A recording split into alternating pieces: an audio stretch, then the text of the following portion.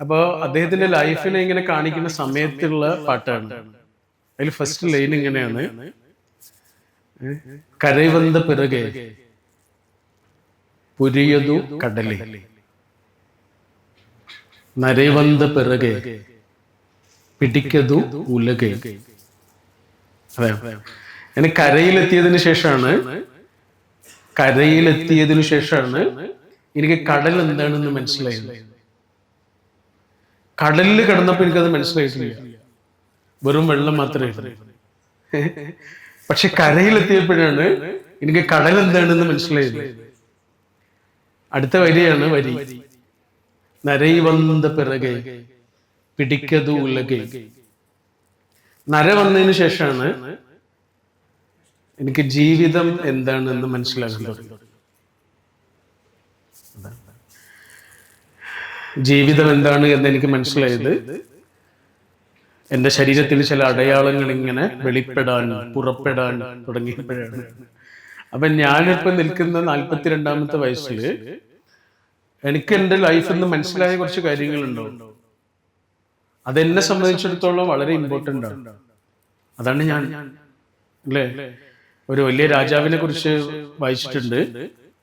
അതാരാണെന്ന് എനിക്ക് ഓർമ്മയില്ല.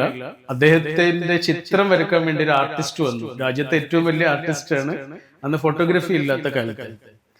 അപ്പൊ ചിത്രം വരയ്ക്കാൻ വേണ്ടിയിട്ട് വന്നതാണ് ആർട്ടിസ്റ്റ്. അപ്പൊ രാജാവ് അയാളുടെ മുന്നിൽ ഇങ്ങനെ ഇരുന്നിട്ട് രാജാവ് ഒറ്റ കാര്യം പറഞ്ഞു: എന്റെ ചിത്രമൊക്കെ വരച്ചോളൂ, കൊള്ളാം, പക്ഷെ എന്റെ മുഖത്തുള്ള ഒരു ചുളിവ് പോലും മായ്ക്കാൻ പാടില്ല, എന്റെ ശരീരത്തിലുള്ള ഒരു നര പോലും കറുപ്പിക്കാനും പാടില്ല, കാരണം അത് ഞാൻ ജീവിച്ചു എന്നുള്ളതിന്റെ അടയാളമാണ്.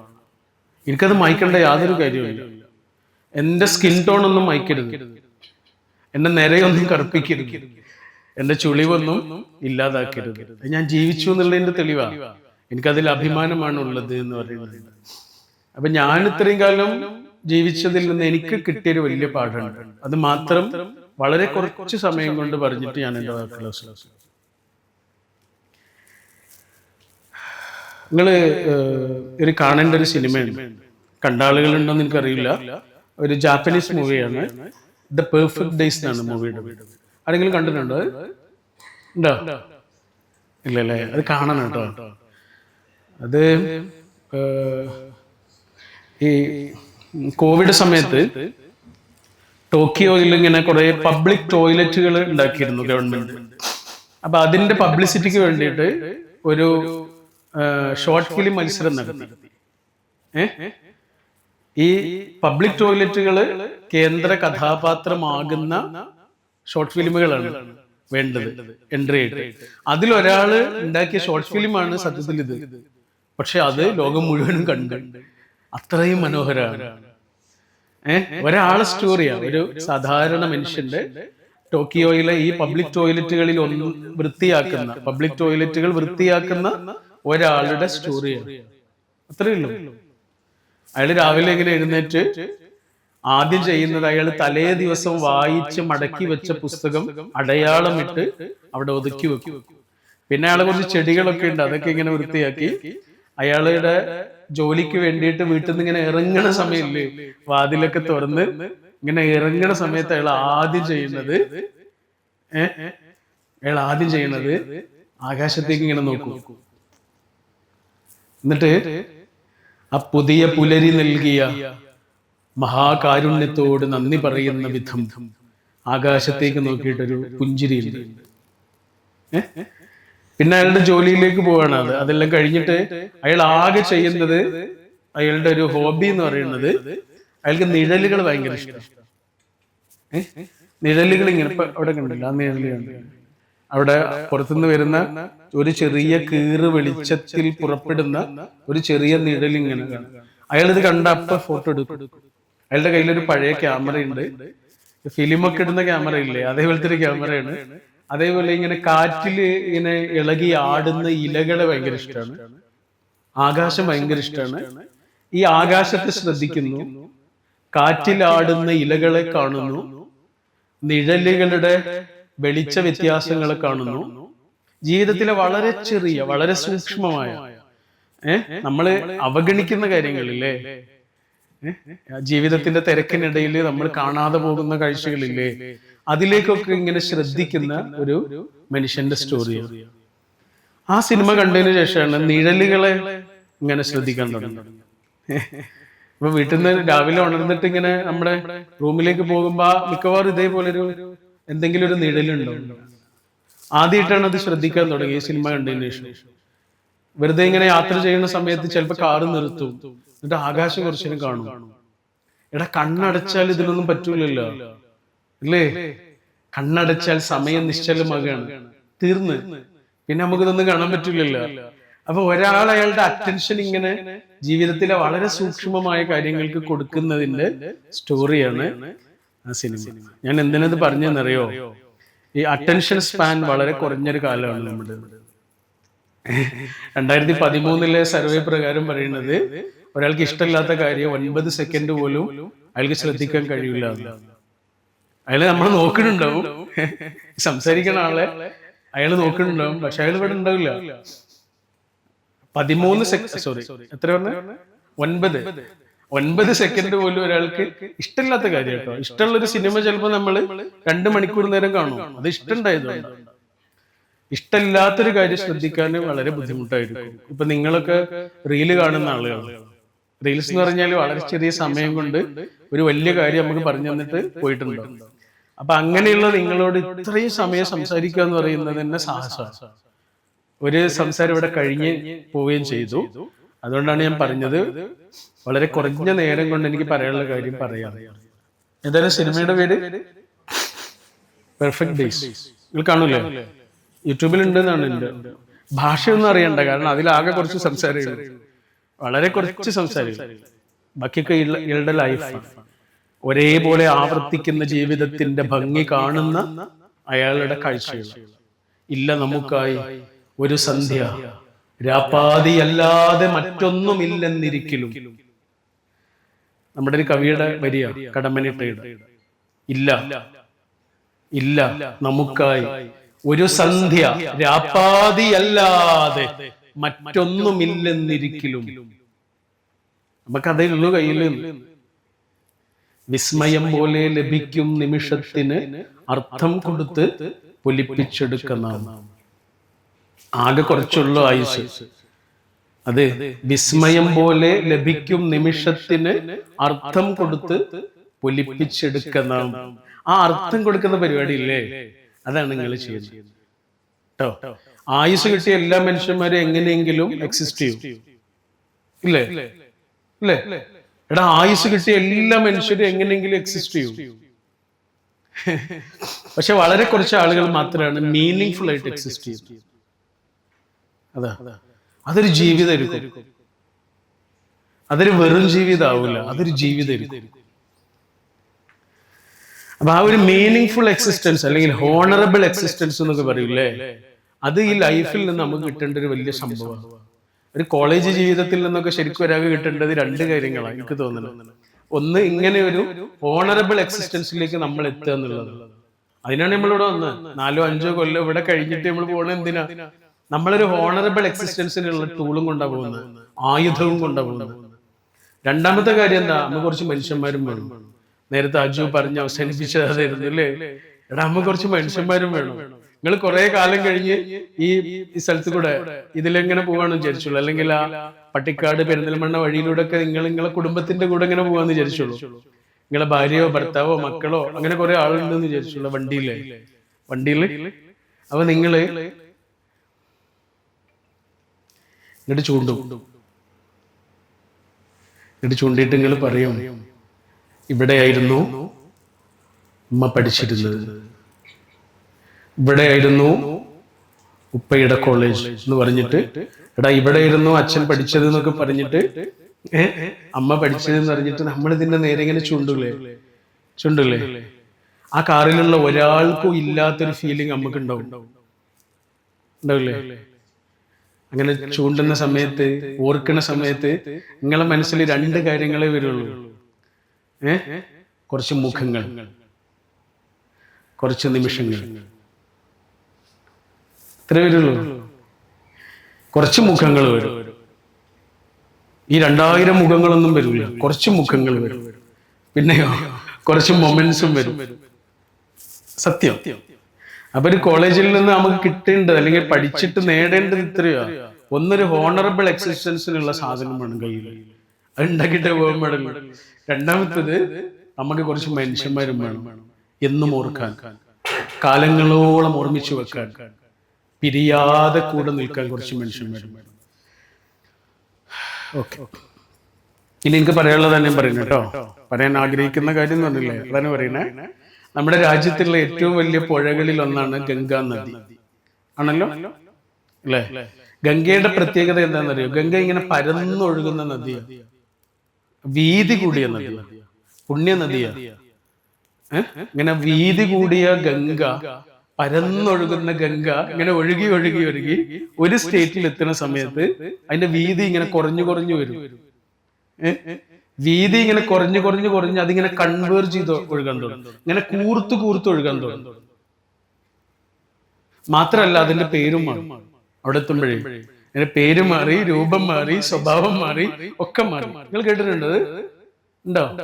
അങ്ങനെ ഒരു സംഭവം ഉണ്ട്. അതേതാ സ്റ്റേറ്റ് എന്നറിയോ? അത് ബംഗാളാണ്. ബംഗാളിൽ എത്തുന്ന സമയത്ത് ഗംഗ ഇങ്ങനെ പരന്നൊഴുകുന്ന ശീലം മാറ്റി അതിങ്ങനെ കൂർത്ത് കൂർത്ത് ശ്രദ്ധിച്ചൊഴുകാൻ തുടങ്ങും. അതിനൊറ്റ കാരണമേ ഉള്ളൂ, അതിനൊരു കാരണമുണ്ട്. അതെന്താണെന്നറിയോ? അതിന് ബംഗാൾ ഉൾക്കടൽ എന്ന ലക്ഷ്യമുണ്ട്, അത്രയേ ഉള്ളൂ. ബംഗാൾ ഉൾക്കടലിൽ ചെന്ന് വീഴുക എന്നുള്ളൊരു ശ്രദ്ധ, ഒരു ലക്ഷ്യം ഉണ്ടായതുകൊണ്ട് ഇനി എങ്ങനെയെങ്കിലും ഒഴുകാൻ പറ്റൂല. ലക്ഷ്യമില്ലാത്ത ഒരാൾക്ക് എങ്ങനെ വേണമെങ്കിലും ഒഴുകാം, അതാണ് കാര്യം. എടാ, ഉള്ളിലൊരു ലക്ഷ്യമില്ലാത്ത ആൾക്ക് എങ്ങനെ വേണമെങ്കിലും ഒഴുകാം. അയാൾ ആരെ പിന്നാലെ ഒഴുകും, അയാൾ എങ്ങനെ ഒഴുകും. പക്ഷെ ഉള്ളിലൊരു ലക്ഷ്യം വരുന്ന ആൾക്ക് എങ്ങനെയെങ്കിലും ഒഴുകാൻ പറ്റൂല, ആരുടെയെങ്കിലും പിന്നാലെ പോയാൻ പറ്റൂല. അയാൾക്ക് ആ ലക്ഷ്യത്തിലേക്ക് ഒഴുകാൻ പറ്റുള്ളൂ. അതാണ് സംഭവം. നിങ്ങൾ മക്കയിലെ ആളുകൾ ഒരു കറുത്ത സ്ക്വയറിന് ചുറ്റും ഇങ്ങനെ കറങ്ങുന്നത് കണ്ടിട്ടുണ്ടോ? കഅബ എന്നാണ്, കഅബ. പിന്നെ ഹജ്ജ് ചെയ്യുന്ന സമയത്തും ഉംറ ചെയ്യുന്ന സമയത്തും ഒക്കെ നമ്മളവിടെ ഒക്കെ പോയ സമയത്ത് പള്ളിയുടെ ഏറ്റവും മുകളിൽ കയറിയിട്ട് ഇങ്ങനെ താഴേക്ക് നോക്കുമ്പോൾ ഒരു പുഴ ഇങ്ങനെ ഒഴുകണ പോലെ തോന്നുന്നു. അതിന് ചുറ്റേ 10,000-കണക്കിന് മനുഷ്യര് ഒരു സ്തൂപത്തിന്റെ ചുറ്റും ഇങ്ങനെ 24 മണിക്കൂർ കറങ്ങിക്കൊണ്ടിരിക്കുക. ഒരാൾ പോലും തെറ്റിപ്പോണില്ല. അതെന്താ തെറ്റിപ്പോകാത്തെന്നറിയോ? നടുവിൽ ഈ സാധനം ഉണ്ടായതുകൊണ്ടാണ്. നടുവിൽ അങ്ങനെ ഒരു സാധനം ഇല്ല വിചാരിക്കുക. പിന്നെ ഇവരെങ്ങനെയാണ് ഇത്ര ശ്രദ്ധയോടെ ഒഴുകുക? അവർക്ക് ഒരു കിബില ഇല്ലാതാവുക. കിബില എന്നാണ് അറബിയിൽ പറയുക. നിസ്കരിക്കുമ്പോഴൊക്കെ എല്ലാവരും നമ്മുടെ കേരളത്തിൽ നിന്ന് പടിഞ്ഞാറിലേക്ക് തിരിഞ്ഞിട്ടാണ് ഇങ്ങനെ നിസ്കരിക്കുക. കാരണം പടിഞ്ഞാറിലാണ് ഈ കിബില, ഈ കഅബ ഉള്ളത്. കിബില എന്നുള്ള വാക്കിന്റെ അർത്ഥം എന്താണെന്നറിയോ? ലക്ഷ്യം എന്നാണ്. നിങ്ങളുടെ കിബില എന്താണോ അങ്ങോട്ടായിരിക്കും നിങ്ങളുടെ കറക്കം മുഴുവൻ. അത്രയേ ഉള്ളൂ. നിങ്ങളുടെ കിബില എന്താണോ ആ കിബിലയുടെ ചുറ്റുമായിരിക്കും നിങ്ങളുടെ പാച്ചിൽ മുഴുവൻ. നിങ്ങളുടെ ഇമോഷൻസ് ആവട്ടെ, നിങ്ങളുടെ പിന്നെ സ്ട്രഗിളിങ് ആവട്ടെ, നിങ്ങളുടെ എനർജി ആവട്ടെ, ഏറ്റവും കൂടുതൽ ഇൻവെസ്റ്റ് ചെയ്യണത് എന്താണോ, എടാ അതാണ് നിങ്ങളെ കിബില. അത്രയേ ഉള്ളൂ. അപ്പൊ ഒരാൾ അങ്ങനെ ഒരു ശ്രദ്ധയോ അങ്ങനെ ഒരു ലക്ഷ്യമോ ഒരാൾക്ക് ഇല്ലെങ്കിൽ പിന്നെ അയാൾ മറ്റുള്ള ആളുകളുടെ ലക്ഷ്യത്തിന്റെ പിന്നാലെ പോയോ, അയാൾക്ക് അങ്ങനെ ഒരു ലക്ഷ്യം ഇല്ലാതായി മാറും. ഞാൻ നിങ്ങൾക്കൊരു സംഭവം പറഞ്ഞുതരാം, നിങ്ങൾക്ക് വളരെ പെട്ടെന്ന് മനസ്സിലാവാൻ സാധ്യത ഉള്ളത്. നിങ്ങൾ കുമ്പളങ്ങി നൈറ്റ്സ് എന്ന് പറഞ്ഞ സിനിമ കണ്ടിട്ടുണ്ടോ? മിക്കവാറും ആളുകൾ കണ്ടിട്ടുണ്ടാവും അല്ലേ? കാണാത്ത ആരെങ്കിലും ഉണ്ടോ? കാണാത്ത ആളുകൾ ഉണ്ടെങ്കിൽ ചിലപ്പോൾ അത് മനസ്സിലാവുമെന്ന്. നിങ്ങൾക്ക് ഇഷ്ടമാണോ സിനിമ? എടാ, മലയാളത്തിൽ ഇറങ്ങിയ ഏറ്റവും നല്ല സിനിമകളിലൊന്ന്. അതിലുള്ള ഓരോ ആൾക്കും അത്രയും ഡെപ്തില് ലൈഫ് ഉണ്ട്. അതാണ് ആ എഴുത്തിന്റെ ഒരു പ്രത്യേകത. ഈ കുറെ കഥാപാത്രങ്ങൾ ഉണ്ടാക്കിയിട്ട് കാര്യമില്ല. ആ കഥാപാത്രത്തിലെ ഓരോ കഥാപാത്രത്തിനും അത്രയും ആഴമുള്ള ഡെപ്ത് കൊടുക്കണമെങ്കിൽ എഴുത്തിന്റെ ഒരു വലിയ മാജിക് വേണം. എനിക്ക് അങ്ങനെ 2 പുസ്തകങ്ങളാണ് തോന്നിയിട്ടുള്ളത്. അങ്ങനെ തോന്നിയിട്ടുള്ള 2 പുസ്തകങ്ങളേ ഉള്ളൂ. ഒന്ന് ഹാരി പോട്ടറാണ്. രണ്ടാമത് അങ്ങനെ ഒരു പുസ്തകം ഉണ്ടെങ്കിൽ ഇത്രയും കഥാപാത്രങ്ങളിലൂടെ ആ കഥാപാത്രങ്ങൾക്ക് നിറയെ ജീവിതത്തിന്റെ കണ്ണി ചേർത്ത് അവസാനം വരെ കൊണ്ടുപോവുക എന്ന് പറയുന്ന വേറെ പുസ്തകം എനിക്ക് തോന്നിയിട്ടുള്ളത് മഹാഭാരതം. അമ്പരപ്പിക്കും. നിങ്ങൾ ആ സ്റ്റോറിയിലേക്ക് ഇങ്ങനെ കടന്നു ചെന്നാൽ ഓരോ മനുഷ്യനും അത്രയും ഡെപ്തിലാണ് അയാൾക്ക് ലൈഫ് കൊടുത്തിട്ടുള്ളത്. അപ്പൊ അതേപോലെ ഒരു സിനിമയാണ് ശരിക്കും പറഞ്ഞാല് ഈ കുമ്പളങ്ങി നൈറ്റ്സ്. അപ്പൊ ഞാൻ അതില് സ്റ്റോറിയിലേക്ക് പോകുന്നില്ല. സംഭവം അതില് സൗബിന്റെ കഥാപാത്രം ഇല്ലേ, അത് മാത്രം വെറുതെ ഇങ്ങനെ ആലോചിച്ചു നിങ്ങള്. സൗബിന്റെ കഥാപാത്രം എന്ന് പറഞ്ഞാല് അയാൾക്കൊന്നുമില്ല. ഫഹദ് ചോദിക്കുന്നുണ്ട് എന്ത് ചെയ്യുന്നു എന്ന് ചോദിക്കുന്നു. സജിസേർ എന്ത് ചെയ്യുന്നു എന്ന് ചോദിക്കുമ്പോ ഇവനെന്താ പറയുന്ന അറിയോ സൗബിൻ? പിന്നെ പാർട്ട്ണർഷിപ്പിൽ ഒരു തേപ്പ് കട ഉണ്ട്. പാർട്ട്ണർഷിപ്പിലൊന്നല്ല, ഒരു തമിഴ്നാട്ടുകാരനായ ഒരാൾക്ക് ഒരു തേപ്പ് കട ഉണ്ട് ഇവിടെ. അവിടെ സൈഡിൽ ഇരിക്കും. ഇതാണ് ഇവന്റെ പണി. എടാ, ഒരു ജീവിതത്തിൽ ഒരു ലക്ഷ്യവും ഇല്ലാത്ത എന്നോ ഒരു കാലത്ത് ഒരു ലോട്ടറി അടിച്ചിട്ടുണ്ട് എന്നുള്ളതാണ് അവൻ ആകെ ജീവിതത്തിൽ നേട്ടമുള്ളത്. അത് ഭാഗ്യം കൊണ്ടല്ലേ. അന്ന് വാങ്ങിയൊരു വാഷിംഗ് മെഷീൻ ഉണ്ട് അവിടെ.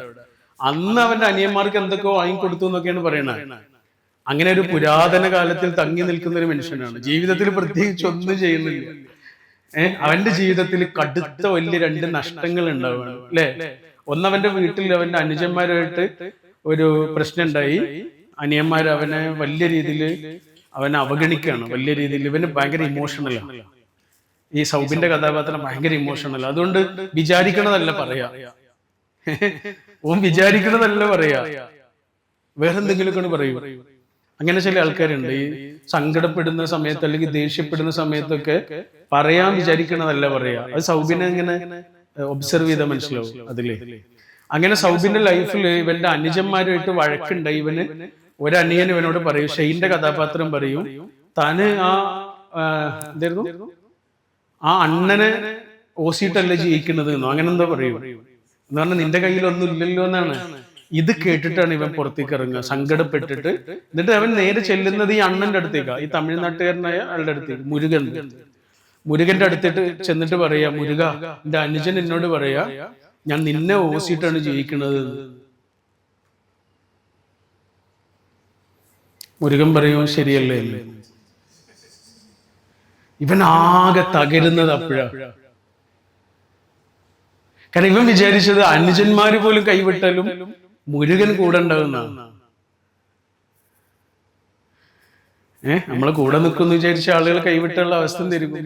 പിന്നെ അവന് നിൽക്കാൻ കഴിയണില്ല. അവൻ ആത്മഹത്യ ചെയ്യാൻ ഓടുകയാണ്. അപ്പുറത്തൊരു കെട്ടിടമുണ്ട്, ആ കെട്ടിടത്തിന്റെ ഉള്ളിലേക്ക് ആത്മഹത്യ ചെയ്യാൻ ഇവൻ ഓടുമ്പോ മുരുകൻ ഇവന്റെ പിന്നാലെ ഓടുകയാണ് അല്ലേ. അങ്ങനെ മുരുകൻ ഇവനെ രക്ഷിക്കാൻ വേണ്ടി ഓടുന്നതിനിടയിൽ, ഇതിന്റെ മുകളിൽ നിന്ന് ചാടുന്നതിനിടയിൽ ഇങ്ങനെ നോക്കുമ്പോ ഇവന് കഴുത്തിൽ കയറൊക്കെ ഇട്ട് നിൽക്കുന്നുണ്ടാവും സജ്ജി. രക്ഷിക്കാൻ വേണ്ടി ചാടിയ മുരുകനാണ് മരിക്കുന്നത്. ഇനിവൻ ആരാളെ? ഇനിവൻ എന്തിനാ ജീവിക്കണ? ആ കഥാപാത്രത്തെ നിങ്ങൾ ഇങ്ങനെ ഒബ്സർവ് ചെയ്ത് നോക്കുന്നുണ്ട്. ഭയങ്കര ഭയങ്കര ഒരു ഡെപ്ത് ഉള്ള കഥാപാത്രം. ഇവന് ഈ സജ്ജി ഇനി എന്തിനാ ജയിക്കുന്നത്? ഇവനിനി ആരാളെ? അങ്ങനെ അവൻ വലിയ കടുത്തൊരു ഡിപ്രഷനിലേക്ക് പോവാ. അങ്ങനെ അവനെ ഉറപ്പിക്കുകയാണ്, അവന് സൂയിസൈഡ് ചെയ്യാൻ തന്നെ തീരുമാനിക്കണം. സൂയിസൈഡ് ചെയ്യാൻ തീരുമാനിക്കുമ്പോ ഇവൻ ഒരൊറ്റ ആളോടെ യാത്ര ചോദിക്കാനുള്ളൂ. ഒരേ ഒരാളോടെ ഭൂമിയിൽ ഇവന് യാത്ര ചോദിക്കാനുള്ളൂ. അതാരാണ്? മുരുകന്റെ ഭാര്യ. അങ്ങനെ മുരുകന്റെ ഭാര്യയുടെ അടുത്ത് ഇവനിങ്ങനെ ചെന്നിട്ട് കൈകൂപ്പി നിൽക്കും. എന്നിട്ട് പറയും, ഞാന് അവന്റെ അടുത്തേക്ക് പോവാ, അവനോട് എന്തെങ്കിലും പറയാനുണ്ടോ എന്ന് ചോദിച്ചു. അവന്റെ അടുത്തേക്ക് പോവാണ്, അവനോട് എന്തെങ്കിലും പറയാനുണ്ടോ എന്ന് ചോദിച്ചു. ഇവിടെ കാലിൽ വീണിട്ടുണ്ട്. അപ്പൊ ഇവളിങ്ങനെ കാലിലേക്ക് ഇങ്ങനെ നോക്കിയിട്ട് പൂർണ്ണ ഗർഭിണിയായ ആ പെൺകുട്ടി ഇതൊന്നും കേട്ടിട്ടില്ല. അവൾ ഇവനോട് ഒരൊറ്റ ചോദ്യം ചോദിക്കണം, എന്താ ഒരു ഓട്ടോറിക്ഷ പിടിച്ചു തരുമോ, രാവിലെ മുതൽ നല്ല പെയിൻ ഉണ്ട്.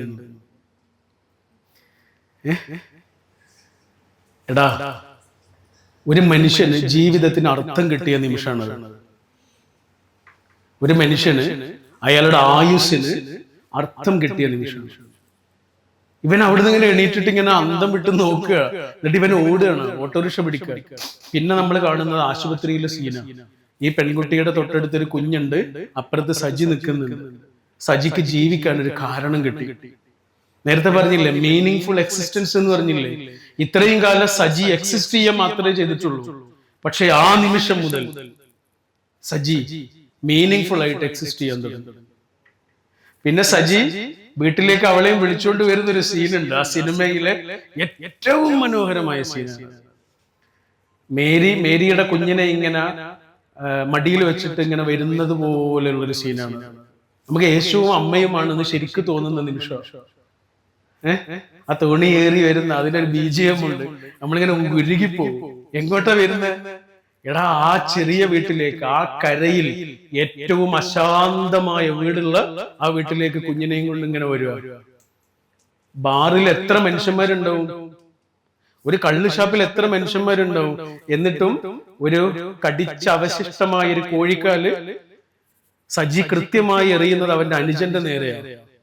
അത്രയും സ്നേഹമാണ് രണ്ടാളും. കലഹം എന്ന് പറഞ്ഞാൽ അത്രയും കലഹം പിടിച്ചൊരു വീട്. എല്ലാ ദിവസവും വലിയ ഒച്ചപ്പാടുകൾ നിറഞ്ഞ അടികൂടുന്ന രണ്ട് അനുജന്മാരുള്ള വീട്. ആ വീട്ടിലേക്കാണ് ആ പെൺകുട്ടിയും ആ പെണ്ണും അവളുടെ കുഞ്ഞും കൊണ്ട് സജി ഇങ്ങനെ കയറി വരുന്നത്. പിന്നെ നമ്മൾ കാണുന്ന ആ വീട് മാറുന്നത്, ആ വീട് മാറുക ചെയ്യുന്നത്.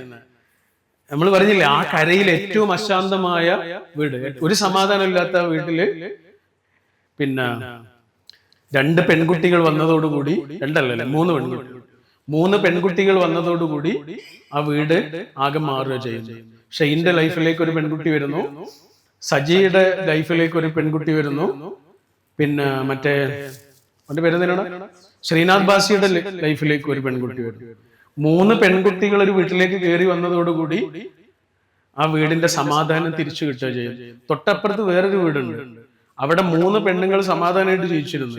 അവിടേക്ക് ഒരാൾ കയറിപ്പോയിട്ടുണ്ട്. നിങ്ങൾ ആ സിനിമ കണ്ടാൽ മതി, ബാക്കി എന്താണെന്ന് ആ സിനിമ പറയും. ഒരാളെ കയറിയിട്ടുള്ളൂ, മൂന്നാള് കയറിയിട്ടില്ല, ഒറ്റ ആള്. ഇവിടെ മൂന്നാളുകൾ കയറി വന്നൊരു വീടിന്റെ മൊത്തം ദിശ മാറ്റുന്ന ഒരു കാഴ്ചയെ കാണും. അപ്പൊ സജിയുടെ ലൈഫ് എന്ന് പറഞ്ഞാൽ അതേപോലെ തന്നെ കേട്ടോ. ഷെയിന്റെ കഥാപാത്രം അത് നമ്മളെ വിഷയമായിട്ട് ബന്ധമില്ലാത്തൊരു കാര്യം, അതുകൊണ്ട് ഞാൻ പറയുന്നില്ല. ഷെയിന്റെ കഥാപാത്രത്തില് ഷെയിന്റെ ഒരു ചങ്ങാതി ഉണ്ടല്ലോ, അവനൊരു പെണ്ണ് കിട്ടി.